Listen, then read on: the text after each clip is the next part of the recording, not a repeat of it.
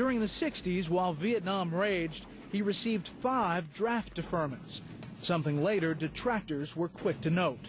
Back in school, his academic research focused on the mechanics of elections and voting patterns. But he also began thinking about the proper role of government as well.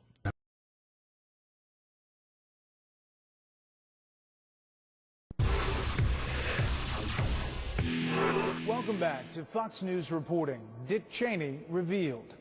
The 9/11 attacks changed the world. America's response to them would define the Bush administration. If anyone was prepared for such a shattering crisis, it was Dick Cheney.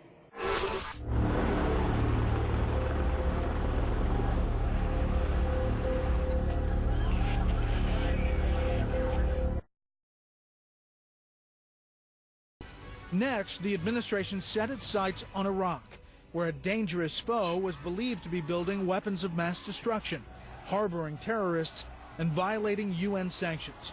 And Dick Cheney became one of the administration's strongest advocates for the war. There is no doubt that Saddam Hussein now has weapons of mass destruction. There is no doubt that he is amassing them to use against our friends, against our allies, and against us. It was a radical turn from the first Gulf War, when he said we should not spill American blood to force Saddam from power. What changed? The second time around, when we were faced with a different situation, where all of a sudden what was going on in that part of the world could ultimately have an impact right here at home. Iraq. Vice President Cheney said he felt that you were worrying too much about United Nations approval. Yes. The Vice President asked at one of your private lunches, are you going to take care of this guy or not? Yeah.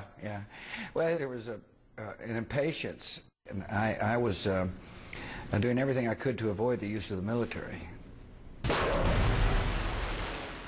On March 20th, 2003, the U.S. invaded Iraq.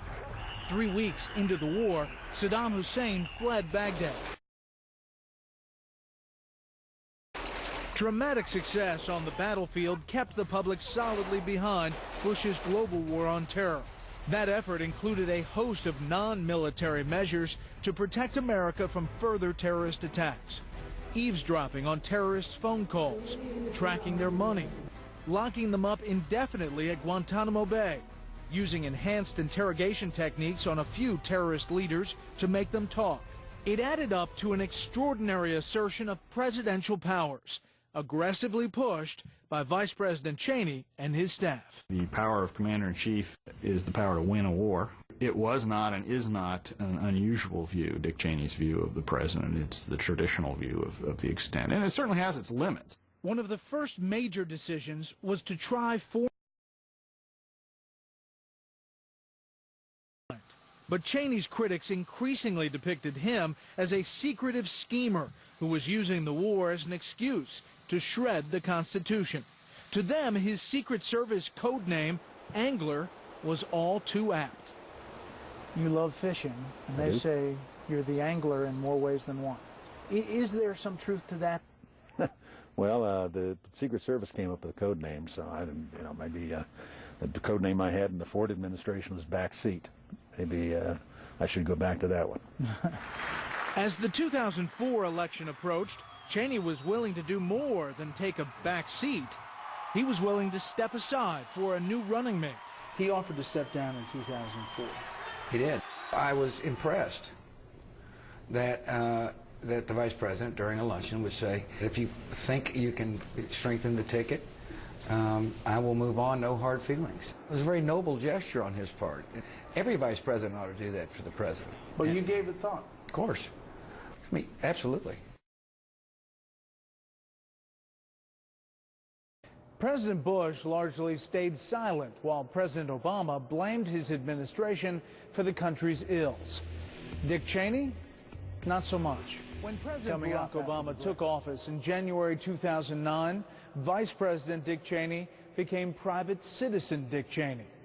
But a life of quiet retirement was not to be. By the time I took office, we had a one-year deficit of over $1 trillion. Even after he took office, most of this was the result of not paying for 2 wars.